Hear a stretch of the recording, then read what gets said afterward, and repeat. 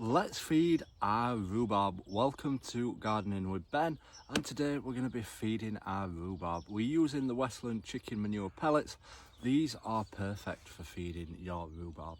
I only feed them probably once a year, just before they get growing and get going, and yeah, as you can see, they are starting to grow, so we need to give them our annual year's food, and this will help them become strong, good plants, and hopefully produce a lot of rhubarb for the crumbles.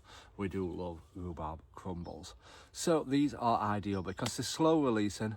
They won't just dissolve straight away. They'll take time to rot down and feed the plants, so you'll be feeding them for a couple of months as the rain falls and as you water them.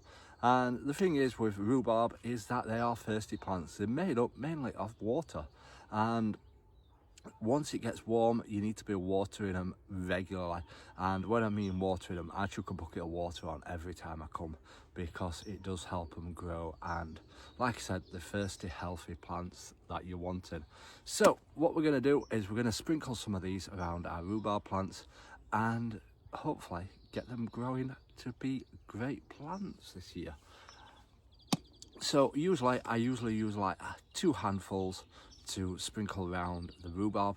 The main thing to do is not get it on the crown, because if you put manure on the crown, it can cause it to rot and to damage it from the overstrength of the power of the manure. So make sure you sprinkle it around it, and the rainwater will wash it onto the plant and digest it that way. So yeah, let's get these opened and let's get feeding the plants.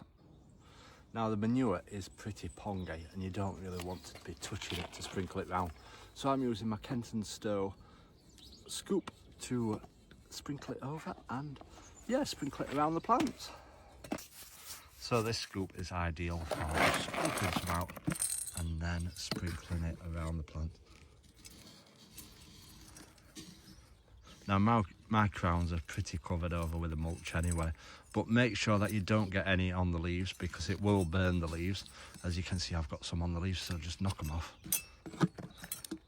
because you don't want the plant leaves to be burnt on the manure. So yeah, just sprinkle some around the plant and it'll feed it and hopefully get some great plants growing. Now this will smell for a while it's there, but yeah, as you can see, we've got some around the plants and they are pretty perfect. So let's get them all done. We've got 16 plants altogether, absolutely loads of rhubarb. So I'll probably end up using this full box to feed this lot, but it'll be worth it. It'll be worth it for the great rhubarb. So yeah, we've put plenty around all the plants and we've used the full box. This box was only £4 from the Aldi in the garden plant area.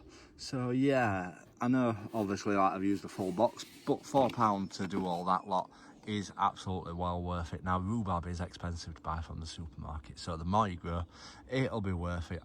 The rhubarb probably pays for my allotment with how much I get off.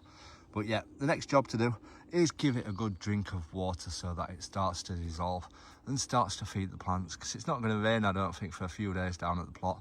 I know it has been raining for the last couple of months, but we do want it to start to dissolve and start to feed it. So we're going to use some rainwater. Thankfully we'll have to book it out here and it's got plenty of rainwater in it. So we're going to use this rainwater to give it a good drink of water.